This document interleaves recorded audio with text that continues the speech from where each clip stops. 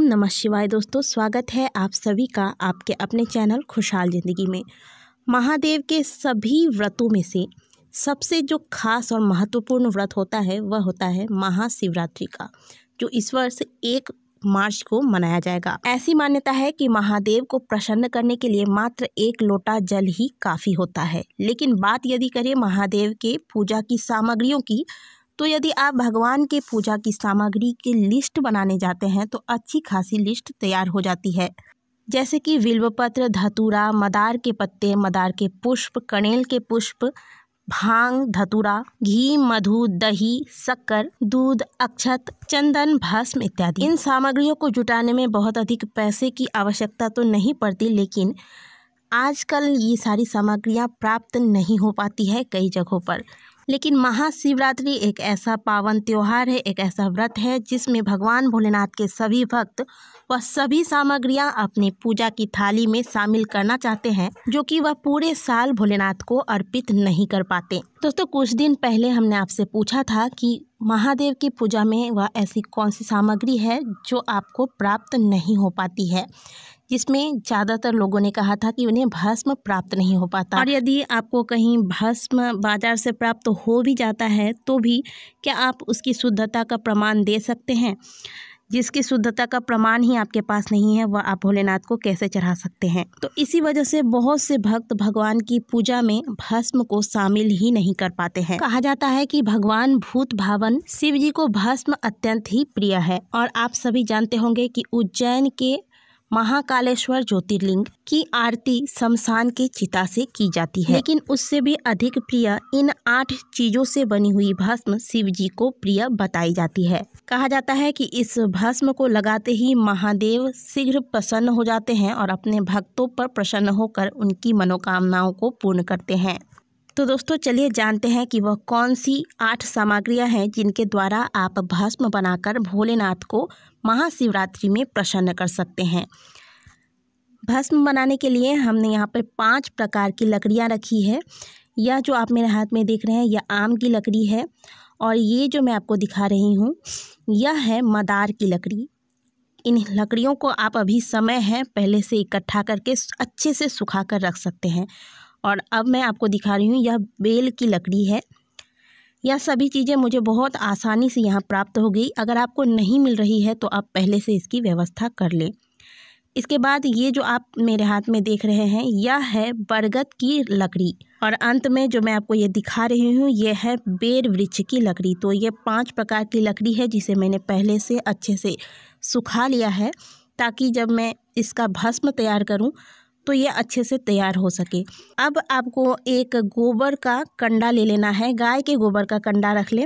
और ये बहुत आसानी से पूजा की जो सामग्रियाँ जिस दुकान में मिलती है वहाँ आपको मिल जाएगी, और जो लोग ग्रामीण इलाके से हैं उन्हें तो यह बहुत ही आसानी से उपलब्ध हो जाएगी। तो इस प्रकार से आपको ये सामग्रियाँ एकत्रित कर लेनी है। अब आपको पहले नहा धोकर साफ पवित्र स्थान पर बैठना है, और एक पात्र में मैंने यहाँ पे देखिए मैंने एक प्लेट लिया है, इसके ऊपर से यहाँ पे रेत रख दिया ताकि यह प्लेट जो है जल कर ख़राब ना हो जाए, इसलिए मैंने ऐसा किया। आपके पास मिट्टी का कोई पात्र है तो आप उस पर कर सकते हैं, नहीं तो आप इसी प्रकार से एक प्लेट पर थोड़ा सा रेत बिछा लें।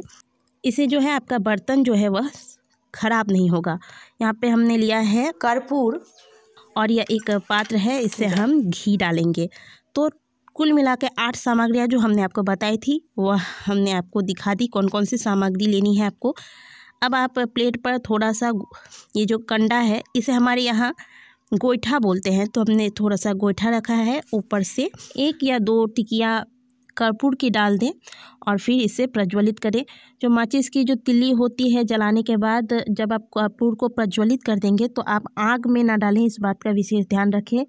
इसमें जो आपको सामग्रियाँ बताई गई है इसके अतिरिक्त और कोई भी चीज़ ना हो।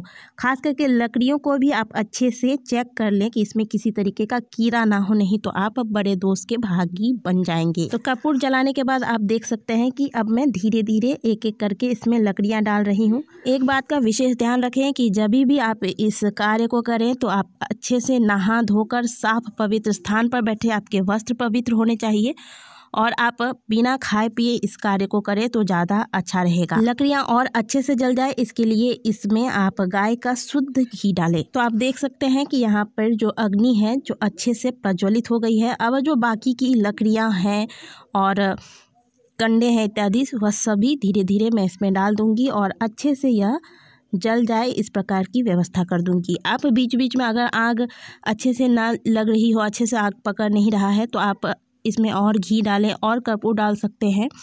इस दौरान आपको एक मंत्र मैं बता रही हूँ, इस मंत्र का जाप करते रहना है। पहले तो आप अच्छे से अग्नि को प्रज्वलित कर लें और जब अग्नि प्रज्वलित हो जाए तो आप मंत्र का जो है जाप आरंभ कर दें। और जब आप लकड़ियाँ डाल रहे हो उस दौरान आप नमः शिवाय मंत्र का जाप करते हैं। नमः शिवाय ओम नमः शिवाय हर हर भोले नमः शिवाय। पूरे प्रेम से आपको इन मंत्रों का जाप करते रहना है। तब अच्छे से जब अग्नि प्रज्वलित हो जाए इसके बाद आपको इस मंत्र का जाप करना है जो मैं आपको स्क्रीन पर दिखा रही हूँ। मंत्र है ओम अघोरेभ्यो अथ घोरेभ्यो घोर घोर तरेभ्य सर्वतः सर्व सर्वेभ्यो नमस्ते अस्तु रुद्र रूपेभ्य। इस मंत्र का जाप आपको कर लेना है। अगर आपको यह मंत्र जपने में कठिनाई होती है तो कम से कम 11 बार इस मंत्र का जाप आप अवश्य करें। इससे जो है वह विधि कम से कम पूरी हो जाएगी। आप इस दौरान मंत्र जाप कर लेंगे, कम से कम आपकी विधि तो पूरी होगी। इसके बाद आप नमः शिवाय मंत्र का जाप करते रहें। ये सामग्रियाँ अच्छे से जलती रहे इस बात का ध्यान रखें। अगर लकड़ियाँ हैं या कंडे हैं इधर उधर गिरते हैं जलने के बाद टूटकर तो उन्हें आप पुनः ठीक भी कर सकते हैं, इसमें कोई दिक्कत नहीं है। जैसे कि आप मुझे भी देख रहे हैं मैं ठीक कर रही हूँ। अब आप यहाँ देख सकते हैं कि जो अग्नि है वह शांत हो चुकी है, सारी सामग्रियाँ अच्छे से जो है वह जल चुकी है। इसे आप थोड़ा ठंडा होने देंगे। मैं भी यहाँ पे थोड़ा हल्का ठंडा होने दे रही हूँ। इसके बाद मैं आपको बताती हूँ कि आपको करना क्या है। यहाँ से आपको भस्म निकालना है। आपको यहाँ से ये जो काला वाला हिस्सा आप देख रहे हैं ये नहीं लेना। ये आप देख रहे हैं जो सलाई की लकड़ियाँ हैं, माचिस की तिलियाँ, इन्हें मैंने नीचे फेंका है। आप भी इस बात का ज़रूर ध्यान रखें। अब हम यहाँ से भस्म निकाल लेंगे। एक इस तरीके से आप पात्र ले लें और जो ये सफ़ेद वाला हिस्सा है आपको यही निकालना है। और आप ज़्यादा देर इसे छोड़े नहीं, क्योंकि ये जो सफ़ेद वाला हिस्सा है ना बहुत हल्का होता है। अगर आपके घर के आसपास हवा बह रही है तो यह इधर उधर निकल जाता है और इसीलिए यहाँ काफ़ी हवा बह रही है, इसलिए मैं इसे जल्दी निकाल रही हूँ। तो इस प्रकार से आपको सफ़ेद वाला हिस्सा निकालना है। धीरे धीरे जैसे ये ठंडा होता जाएगा ना, कंडे हैं या लकड़ियाँ हैं वह सभी सफ़ेद होती जाएगी, जली हुई लकड़ियाँ, और फिर इसमें से आपको सफ़ेद वाला भस्म जो है संभाल कर निकाल लेना है। और इस दौरान आपका निरंतर भोलेनाथ का स्मरण बना रहना चाहिए। इधर उधर की बातें आप किसी से नहीं करेंगे। इस दौरान आप सिर्फ भगवान का स्मरण करेंगे। देखिए भगवान का जो भस्म होता है ना वह ऐसे नहीं, इसीलिए हमने आपसे कहा कि आप जो मार्केट से भस्म लेके आते हैं उसकी शुद्धता का प्रमाण आपके पास नहीं होता है, लेकिन यह जो है भस्म बनाने का सबसे सही तरीका मैंने आपको बताया है। भस्म इसी प्रकार से तैयार किया जाता है। ऐसा नहीं कि हमने कोई चीज़ जला लिया उसका भस्म उठाकर हम जाके भोलेनाथ को अर्पित कर देंगे। भस्म बनाने की जो विधि है वह यही है। साफ़ सुथरे होकर आपको इस तरीके से भस्म तैयार करनी है। इस दौरान निरंतर भोलेनाथ का चिंतन बना रहना चाहिए। नमः शिवाय ओम नमः शिवाय हर हर भोले नमः शिवाय ओम नमः शिवाय ओम नमः शिवाय हर हर भोले नमः शिवाय। तो दोस्तों आपने देखा जो सफ़ेद वाला हिस्सा था भस्म का वो मैंने सब इकट्ठा कर लिया है, और जो आप यहाँ पर प्लेट में देख रहे हैं काला वाला हिस्सा जो छोटे छोटे कोयले थे, लकड़ी के जल के कोयले बन गए थे, वो सभी हमने अलग कर दिया है।